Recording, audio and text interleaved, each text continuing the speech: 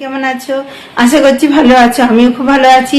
Welcome to Bengal blogger Sonali. Welcome একটা নতুন video নিয়ে।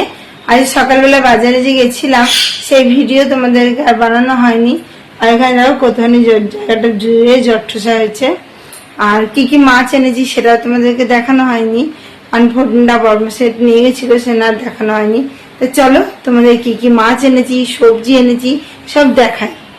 খাই কলাগুলো দেখো সব পেকে গেছে, খাওয়ার মতো হয়ে গেছে। এই কলা কিন্তু খেতে খুব ভালো লাগে, বিচে ভর্তি কলা। এদিকে দেখো রুই মাছ এনেছি দুটো, চিংড়ি মাছ, এখানে মাছের ডিম, আর এখানে পাবদা আর একটু চারাপোনা। এগুলো সব কেটে বেছে ধুয়ে নেবো। আর কি কি সবজি এনেছি দেখাই। এইদিকে দেখো গরম পড়তে না পড়তে ইঁচড় এসে গেছে আমার ঘরে। ইঁচড়ের তরকারি খাবো। জিনিস দেখো বন্ধুরা, এখানে ইঁচড়, এটা হচ্ছে পেঁপে, এখানে নিম পাতা, লাউ শাক, বেগুন এনেছি, নিম বেগুন খাওয়াবে। আর এটা হচ্ছে কুমড়ো, আর এখানে হচ্ছে পটল, তারপরে ঢেঁড়স, শিম, উচ্ছে। গরমে প্রায় সবজি এসে গেছে। আর হচ্ছে সাথে পেঁয়াজ 4 কেজির মতো এনেছি। দেখো বন্ধুরা, এখানে আলু এনেছি আজকে আবার। দেখো পেঁয়াজ, এখানে অনেকগুলো পেঁয়াজ এনেছি, প্রায় 4 কেজির মতো পেঁয়াজ এনেছি। আর 4 কেজি আলু, আর আগের 5 কেজি ছিল, এতেই হয়ে যাবে। আসলাগুলো আলুগুলো শেষ করে দিচ্ছে বলে খেয়ে খেয়ে। আবার সব কেটে বেছে ধুয়ে আনি, তারপর আবার তোমাদের সাথে দেখা করছি।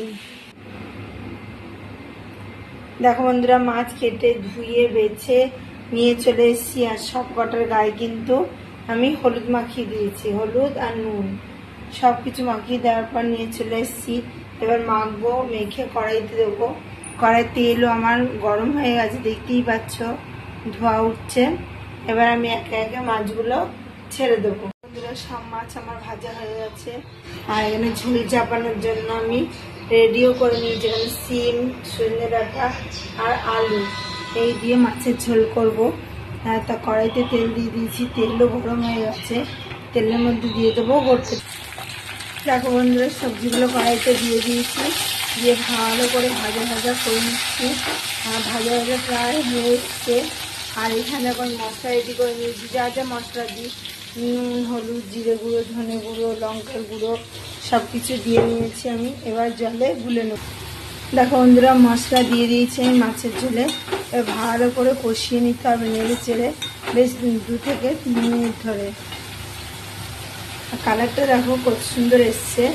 আর গরমের সবজি দিয়ে মাছের ঝোল খেতে কিন্তু বেশ ভালো লাগে। তা চলো ভালো করে কষিয়ে নিই, 5 থেকে 6 মিনিট ধরে কষিয়ে ঝোলটা ভালো করে তৈরি করে নিই। দেখো বন্ধুরা, রুই মাছের সবজি দিয়ে ঝোল হয়ে গেছে, কালারটা কত সুন্দর এসছে। আর এখানে বাটি রেডি করে নিয়েছি, ঝোলটা ঢেলে নেবো।